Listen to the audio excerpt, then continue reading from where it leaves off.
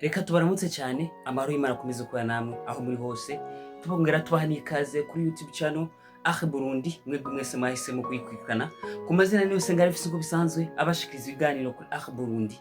Rero nta handi ndetse nta handi uzokumva amakuru yizewe atari ngaha ndetse avugwa ku isi yose na cyane cyane ubuko two twibasira cyane ku bihugu rutura ndavuga Israel, Amerika, Iran ndetse n'ibindi bihugu biba biri muri iyo micungano ndetse muri ako karere. Reka rero tubahe ikaze muri ano makuru no munsi tubanze duhere cyane tubereke kwanza imbono ya bino bintu biriko biraba ndetse byamaze gukwegera umugabane w'isi muri rusangi, aho umuntu wese atazi ibi bintu uko byatanguye cyangwa se nuko biriko biragenda.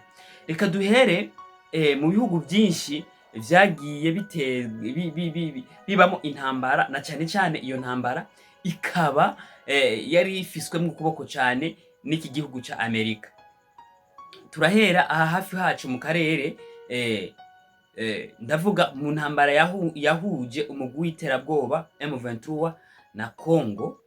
Ico gihe murazi ukuntu vyagenda, na cyane cyane ko baba bari mu biganiro, ubwo nyene bavuye mu biganiro bagaca urugamba rugaca rukomera cyane gose.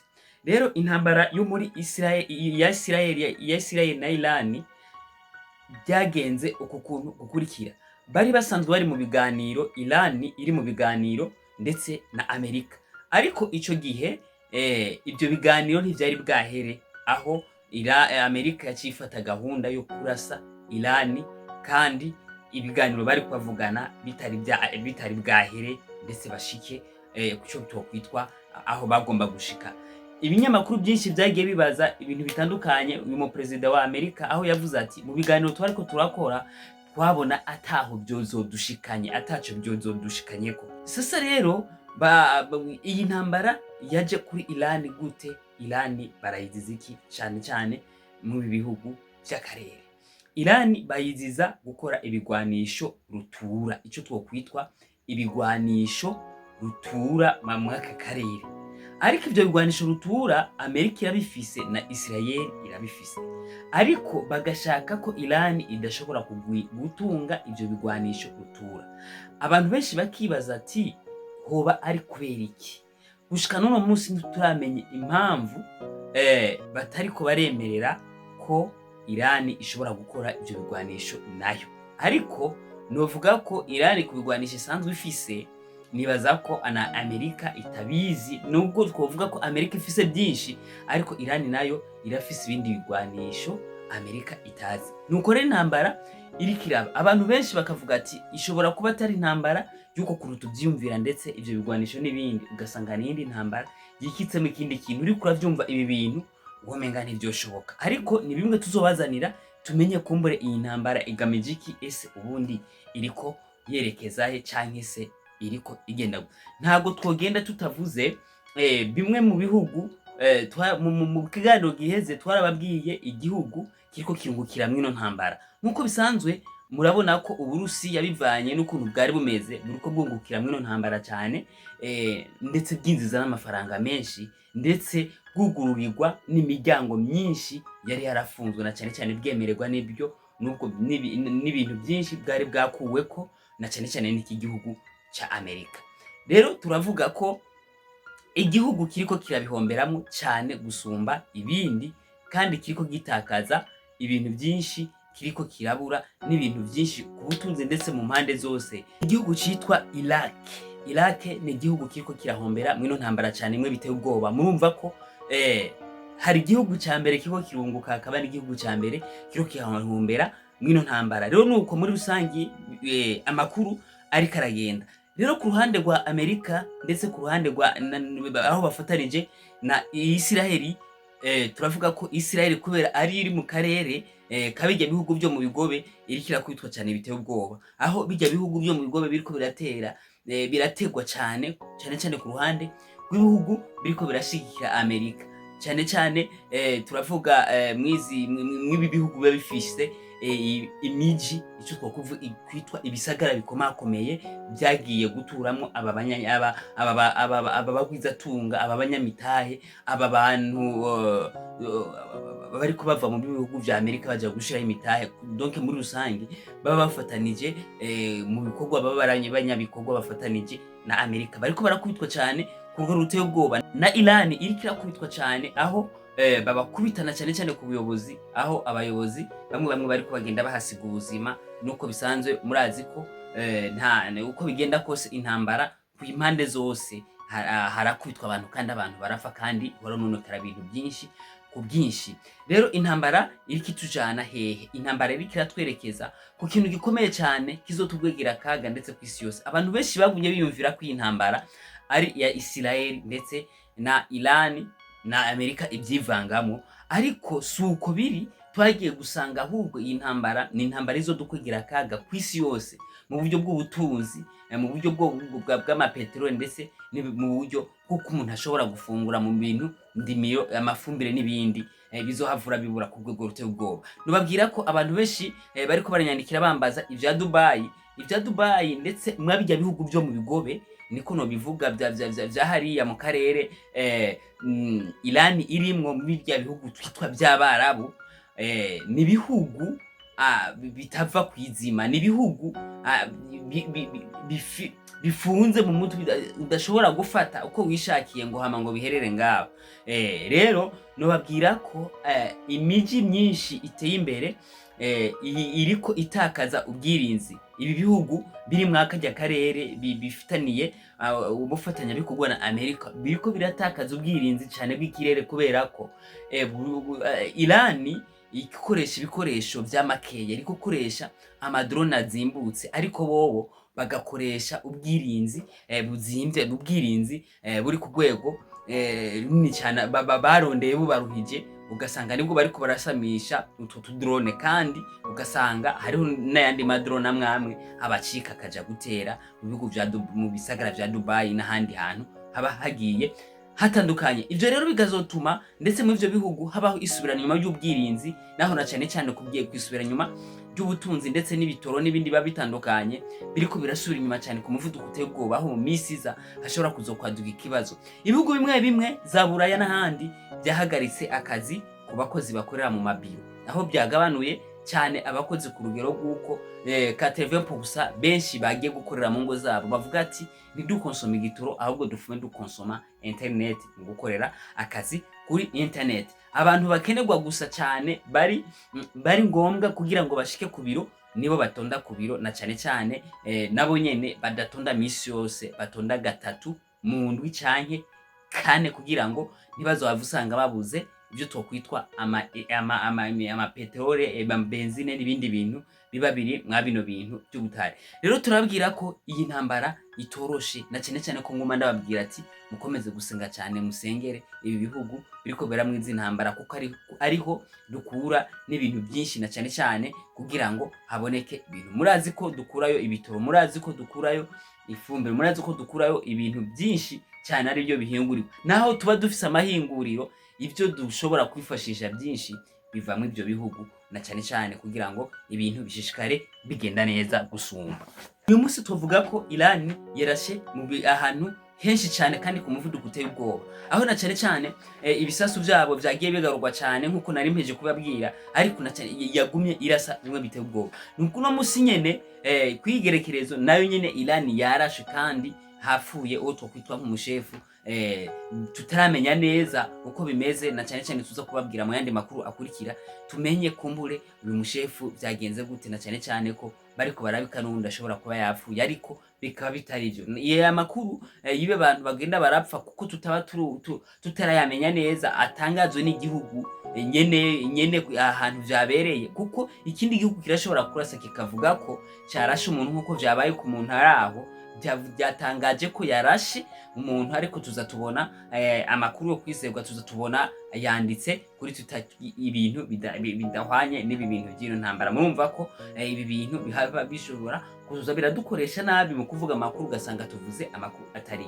Rero mu gihe igihugu cyatakaje uwo muntu aricyo kibyivugiye, niho dushobora kuzuza tubatangariza amakuru y'umuntu yapfiriye mu gitero kiba cyabaye, ndetse aha hantu ndetse n'aho hantu haba hagiye hatandukanye. Amerika iri mu yabira, Amerika iriko irahindura umukenyuro, Amerika nubwo iguma yihagararako ntibiriko birayorohera mu mihingo yose, aho tubona yamaze gutangura gusaba ubufasha ibindi bihugu ndetse n'abafatanya bikorwa byabo bo mwako karere ko bozana bomuha ubwato bwabo bw'intambara kugira ngo bashobore gutera ahantu haba hatandukanye kumuhora ndanda cane wacamwo ibikomoka muri peteroli ku bwinshi nk'ibice 99% biza mu bindi bihugu, aho bavuga ko woba warafunzwe ndetse ugahagarikwa n'iki gihugu ca Iran. Amerika rero igatangaza, perezida wa Amerika agatangaza avuga ati ibi bihugu bizane amato yabo y'intambara kugira ngo bashobore kugwana na cane bisubize uwo muhora kugira ngo bashishikare batanga igitoro nkuko bahora bagitanga na cane kugira ngo bamaramaze Iran. Ivyo bihugu rero byinshi ntivyigeze vyishura, n'ivyishuye vyishura bihakana bivuga ko Amerika ibakwegera mu bintu hama mu nyuma ugasanga bariko baricuza na cane ubu kare bariko banaraswa. Amerika atagira kiraraswa na cane ko yitekanye, ariko nubwo itekanye iriko irahomba amafaranga menshi cane ku bwego ruteye ubwobaho intambara, ariko iriko iyisukamo amahera atari make kuva mu ntango kwiza kino gihe akaba amaze gutakaza amamiliyardi n'amamiliyardi y'amadolari atashobora kuzogaruza. Rero iki kintu abanyamerika abanyagihugu muri Amerika bo babona umenga perezida wa Amerika ariko abyifatamo nabi na cane ko iyi ntambara bagumye bamubuza kuyihagarika, ko ana cane Iran atakibazo na kimwe ifitanye na Amerika, usivye ko ari bimwe bavuga no mu bihugu no mu zindi ntambara zagiye zibaho ko hari ibihugu byagenda bishuka Amerika, ugasanga Amerika yitaye mu ntambara, ugasanga birangiye Amerika idatsinze kubera ko yagenda mu mukino itazi. Nkuko batangaje bavuga ati Isirayeli ireke guhenda Amerika na cane ibesha ibintu bitari byo, aho abanyagihugu bo muri Amerika bavuga ati twebwe nta kintu tubona, iyi ntambara izotuzanira iki, iyi ntambara iriko twerekeza he? Basi Trump ariko agwanira bande ko yari kugwanira twebwe nka Amerika, natwe tukaba turiko turamushikira mwino ntambara. Murumva ko ari ibintu bitoroshe, ariko na cane ashishikara agwana. Obama yatangaje kugwandiko yanditse avuga ati Amerika yohagarika ino ntambara vuba bwango bitaririrwa biraba ibintu birebire. Akavuga ati bajya abantu bo mwabijya bihugu by'Abarabo canke bijya bihugu byo mu bigobe n'abantu bameze nk'abasazi, n'abantu bifunditse ku kintu birangira ico kintu bagishitseko. Murumva ko yaramaze kubavyonga mu kubarasa ku mavuriro, mu kubarasa ku bigo bya gisirikare, mu kubarasa ku mashuri yiga kabana bato. Murumva ko ico kintu kiba gikomeye cyane, murumva ko kiba kibabaje na cane ko bitavyemewe kuri mugabane w'isi.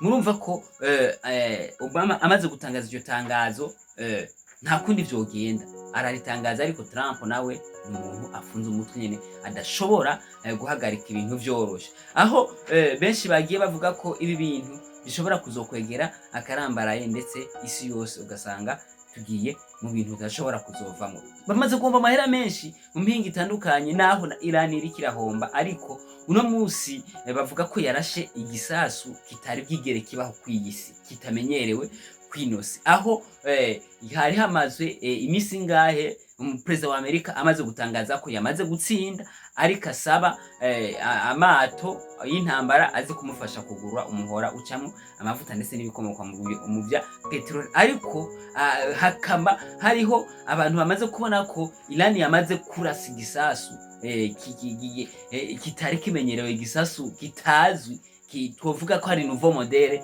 igisasu caje ku yindi shusho, cyaje ku yindi mpwemu, gifite umuvuduko udasanzwe, aho bavuga ko kigiye nko kurasa ahantu kikabona bahashize icyo twitwa radar, bahashize ikintu gishobora kuza kugihagarika, gishobora guca gikata direct kikaca mu yindi nzira. Urumva ni igisasu kigoye guhagarika mu bisanzwe, kiri ahantu kidashobora gufatwa n'ibishobora kugihagarika vyoroshe. Murumva ko aba ari ibintu babige bitandukanye, kandi ibyo bintu bitaba vyoroheje kwa buno butaka bw'isi ndetse muri rusangi mwa bino bihugu rutura by'Abarabo ndetse n'ibihugu byo Amerika n'ibihugu vya Burayi. urumva ko iyi ntambara idukwegera akarambaraye, aho mu bihugu vyo mu bigobe bariko barahomba amafaranga menshi cane, bariko barahomba ubwirinzi bwinshi cane mu buryo bwa gisirikare, bahomba mu ndimiro bagahomba, mu gisirikare bagahomba, mu butunzi bagahomba, mu bijanye n'ivya peteroli. Murumva ko bariko bahomba impande zose, aho ari ibintu bizohavura bihindura isura, usange igihugu co isi yose irahomvye, kandi ugasanga dusubiye inyuma ku bwa Perezida Trump, aho adashobora kwiyumvira ahagarike bino bintu, aguma asatira avuga ko ashaka gushinga ubuyobozi muri Iran, naho nyene hakaba hari abayobozi b'inararibonye, yagiye yica abayobozi basubirizwa, yibaza ko yishe umuyobozi runaka, iyo guverinoma yiwe yose izobisenyutse, ahubwo bica umuyobozi basubiriza abantu. Bigaragara rero ko muri Iran bafise intwari nyinshi kandi zagiye zigaragaza kandi zinararibonye, zihagarara ku rugamba zishikamye. Iyi ntambara yatanguye nkuko twagiye tubabwira, iyi ntambara yatanguye umenga ni ibintu byo gufyinata, ni ibintu menga bitazohavura bikomera, aho bari bayihaye imisi ine ko bazoba bahinduye ibyo wifuza nka Amerika ndetse ifatanije na Isiraheli. Ariko bamaze kuvyonga, Iran yacibereka ko ari umugabo ndetse yarafise n'ibikoresho, aho yatangaje ivuga ko ishobora kumara amezi arenga 9 iriko irarasa ku muvuduko iriko, ndetse kirashaka kanawongeza atakintu na kimwe izobirahomba muri stock ifise. Murumva ko abara ibintu kandi bikaze kandi biteye ubwoba, aho umuntu wese adashobora kwifatira Iran nkuko yishakiye. Ariko nayo kavuga ati hari amaraso menshi yasesetse, hari ibintu byinshi byononekaye. Ibi bintu ntidusaba Amerika ibintu byinshi, ahubwo tuyisaba kunagura ibyo byose byononekaye, ndetse n'indishi y'akabaro, ndetse mu gushira muri ateme y'amafaranga kugira ngo barihe amaraso, ndetse na cyane cyane umuyobozi w'ikirenga babarashe atakintu na kimwe abagize bakamurasa bihuriranye ndetse bitunguranye mwa kino gihe cy'iyi ntambara. Tugaruke muri Iran gato. Hamaze kuboneka ko ndetse ico twokwitwa ukwiyegereza ibi bihugu byari bisanzwe bifitaniye amasezerano, ndetse canke se barabafatanya bikorwa na Amerika, batangiye gufata systeme buke bucece mwibanga byo kwiyegereza ibi bihugu kugira ngo ashobore kwereka ko Amerika ari abana kuri we. Ibi bihugu byose abyishire ko, kuko nibi bihugu nubwo bishigikire byari bisanzwe biriba abafatanya bikorwa na Amerika, ibihugu birabona ko Amerika iri mu mafuti, yatatse Iran bitari mu mategeko, yatatse Iran mu mafuti nyene, ata bintu bya serivi. Mu bisanzwe babona ko Iran iri kirarengana. Abantu benshi baguma bibaza ati Iran nta kuna kumwe iri kirarasa, ishobora kwiyumvira kurasa ibi bihugu byo mu karere kamwe, kandi iri kiraraswa na Amerika ndetse na Isiraheli.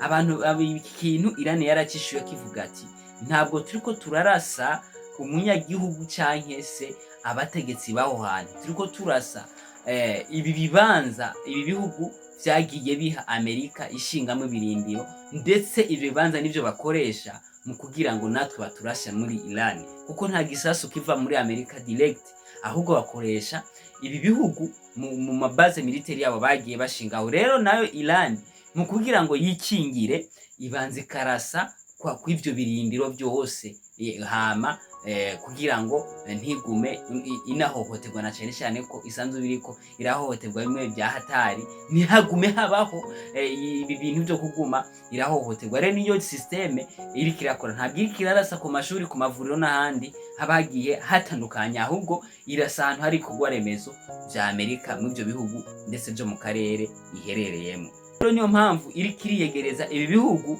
mu kugira ngo bagerageze kwirukana ndetse no gukura ibirindiro bya Amerika mw'ivyo bihugu, na cyane cyane niba atabikora uko ibandanya iharasa aho hantu hose hari kirindiro cya Amerika muri ako karere, kugira ngo nayo ishobore kugira umutekano ukwiye.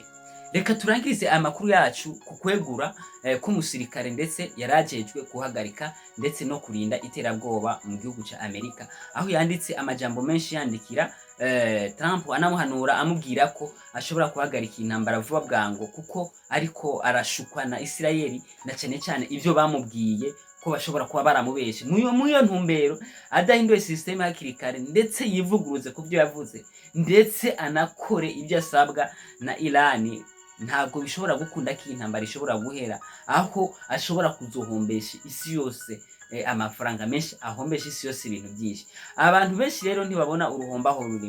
Muri Afrika ndetse no mu bindi bihugu uruhombo ntimushobora kurubona, ndetse no kubura ibitoro n'ibindi bintu bitandukanye no munsi, kubera ko haba hari amastoke aho tuba tugenda dukura ibyo bintu yaragi haracuzuye, na cyane cyane ibyo bigenda biraba gahoro gahoro. Naho iyi ntambara yohera, ingaruka z'intambara zishobora kuzogenda zigera ku gihugu cyose kwiri kwa buno butaka bw'isi. Aho rero yagumye hano uravuga ati Trump agerageze ahindure iyi systeme ariko arakoreramo, akore ku systeme y'abanyagihugu ba Amerika, na cyane cyane ku mpanuro ziba zigiye zitandukanye bamuha, kandi anatako anamushimira kuba yari yaranamwizeye akamugira umusirikare, ndetse akanamwizera mu mabanga yamuhaye. Reka turangirize kandi kwiri ku kintu kimwe yanditse ku gwete, yanditse avuga ati intambara iriko intambara Trump ariko aragwana, intambara Trump ariko aragwana, ariko ayigwanira bande ko umunyamerika adashigikiye iyo ntambara? Tugire analyse nk'abantu bari kubakurikirana iyi ntambara, ndetse mumviriza amakuru abagiye atandukanye, haba yaca kuri YouTube channel Arc Burundi, ayaca no ku yandi ma YouTube abatandukanye avuga ibintu by'izi ntambara zo mu bihugu rutura. Murabona ko Trump, Amerika, tuvuge Amerika, president wa Amerika na Iran, murabona ko ibi bintu bizaherera he? Tuko turaraba Iran bivanye n'ukuntu yasinye itazosinyura ikavuga ati tugomba gukubita umwanzi gushika yicugije icyatumye aturasa. Muri intambara tushaka muri commentaire muze kutwandikira, mubona iyi ntambara izo havura yerekeza he? Canke mubona iyi ntambara Amerika iriko iragwana, iriko yigwana mu kuri? Namba itari kigwana mu kuri, muvyandike muri commentaire kugira ngo tumenye ko tuko turajana ku mwanya. Twebwe makuru yo kwizego, ndetse n'ibinyamakuru bitandukanye byo muri Amerika byinshi biriko birahagarikwa kubera iki? Biriko biragaragaza ibiriko birabana cyane cyane mu kubaza, barabaza Trump bakamubaza ibibazo, bakongera bagatelefona muri Iran naho nyine bakabaza ibibazo, bakagaragaza ndetse ibitero Amerika yagiye itera hirya no hino muri Iran, ku mashuri n'ahandi abana yagiye yica bitari ngombwa. Izi zari intambara za gisirikare. Murumva ko aha hantu ibintu bitoroshe. Amerika yagiye yishira ku bihugu byinshi, aho yagiye abifatira ibihano, na cyane cyane abishira kiterabwo rikomeye kugira ngo bashobore no kuba bafatanya bikorwa mu kugira ngo batinye Amerika, na cyane cyane ko Amerika yari isanzwe nk'igihugu gizwe nk'igihugu gihanganye. Amerika yagiye gusubira inyuma, isubira inyuma cyane nkuko nabivuze imyaka irenga 50 ahita azobicitwa itazona kwibuka ko ubutaka. Rero tuvugane ukuri, tugende muri commentaire umuntu wese atubwize ukuri iyi ntambara mubona ivyayo bizohera. Reka dushimire muri rusangi abari ko badukurikirana, abari ku butaka bw'u Burundi, abari mu makungu badukurikirana, bari mu bihugu bitandukanye, turabakunda cyane. Hariho abatwandikira bakatubwira n'ibihugu barimo, turabakurikirana. Imana ikomeze kubahezagira, mugiraho muba mubawe, turasubira mu makuru akurikira, mukomeze guhezagira.